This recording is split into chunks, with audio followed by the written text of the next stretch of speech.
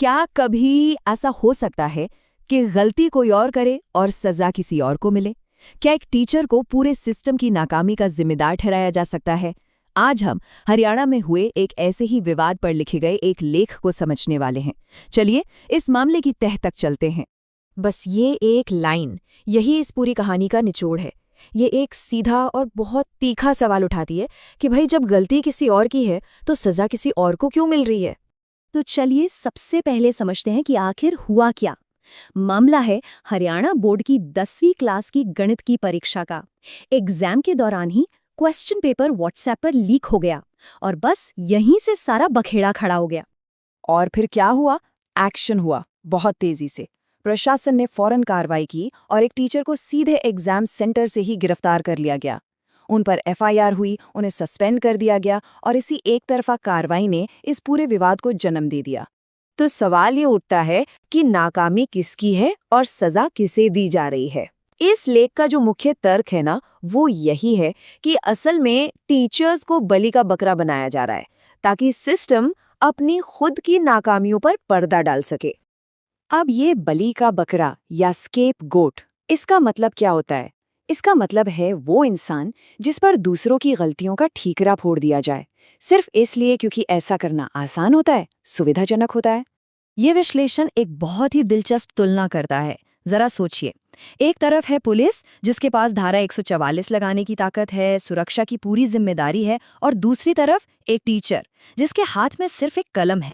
तो सवाल बिल्कुल साफ है और बहुत सीधा भी कि भाई अगर सिक्योरिटी देना पुलिस का काम था तो सिक्योरिटी में हुई चूक के लिए एक टीचर को अपराधी कैसे बना दिया गया?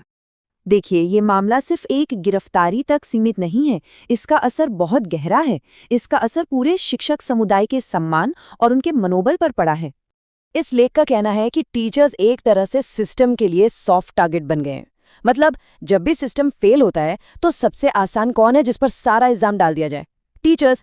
इस एक कार्यवाही से पूरे टीचर समुदाय में एक सदमे और डर का माहौल है। उन्हें ऐसा लग रहा है मानो सिस्टम अपनी सारी नाकामियों का कूड़ा फेंकने के लिए उन्हें डस्टबिन की तरह इस्तेमाल कर रहा हो। और अब तो भविष्य में बोर्ड एग्जाम में ड्यूटी देने से भी डर लगने लगा है। और बात सिर्फ सम्मान या भावनाओं की नहीं है, बात कानून की भी है। लेख के मुताबिक इस मामले में न्याय के जो बुनियादी सिद्धांत होते ना, उनका भी उल्लंघन हुआ है। जरा इस प्रोसेस को समझिए। क्वेश्चन पेपर छपने से लेकर एग्जाम रूम में स्टूडेंट के हाथ तक पहुंचने तक एक पूरी चेन ऑफ कस्टडी से गुजरता है। मतलब वो कई पड़ावों से होकर आता है। तो लीक तो इनमें से किसी भी स्टेज पर हो सकता था, है ना? तो फिर बिना किसी जांच के ये कैसे मान लिया गया कि गड़बड़ बिल्कुल आखिरी स्टेप पर ही हुई? और हाँ, रही बात क्यूआर कोड की, तो क्यूआर कोड ज्यादा से ज्यादा ये बता सकता है कि पेपर किस सेंटर से बाहर आया, पर क्या वो ये बता सकता है कि उससे बाहर लाने के लिए कौन सा एक इंसान जिम्मेदार है? नहीं। कानून में एक बहुत ही जरूरी सिद्धांत है, ऑडी एल्टरम पार्टम। अब ये सुनने में थोड़ा मुश्किल लग सकता है, पर इसका मतलब बहुत सीधा है, दूसरे पक्ष को भी सुनो। लेकिन यहाँ क्या हुआ? शिक्षक का पक्ष सुनने की जरूरत ही नहीं समझी गई। कोई सुनवाई नहीं, सीधा एक्शन। कानून का एक और बेसिक नियम है जिसे कहते हैं प्रिजम्पशन ऑफ इनोसेंस, यानी जब तक कोई दोषी साबित ना हो जाए वो निर्दोष है। पर इस केस में तो ऐसा लगता है कि उन्हें शुरू से ही दोषी मान लिया गया था। तो कुल मिलाकर हुआ क्या? ना कोई डिपार्टमेंटल इंक्वायरी हुई, ना कोई कारण बताओ नोटिस दिया गया, ना ही टीचर को अपनी बात रखने का कोई मौका मिला। और सजा सिर्फ एक को नहीं बल्कि एक पूरे सेंटर के स्टाफ को दे दी गई। मतलब उचित कानूनी प्रक्रिया का पालन ही नहीं किया गया। तो फिर सवाल वहीं आके अटक जाता है कि अगर टीचर नहीं है तो फिर असली गुनहगार कौन है? ये विश्लेषण इशारा कहीं और ही कर रहा है।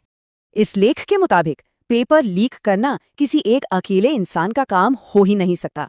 इसके पीछे बड़े बड़े संगठित शिक्षा माफिया और सॉल्वर गैंग हैं जो सालों से इस गोरख धंधे को चला रहे हैं। और यही दर्द इस एक लाइन में झलकता है।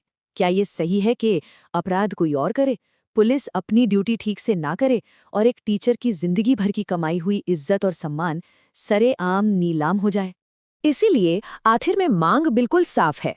पहली कि टीचर्स के खिलाफ जो मामले दर्ज हुए हैं उन्हें तुरंत वापस लिया जाए, और दूसरी कि असली गुनहगारों यानी इन शिक्षा माफियाओं की जड़ तक पहुंचकर उनके खिलाफ सख्त से सख्त कार्रवाई हो।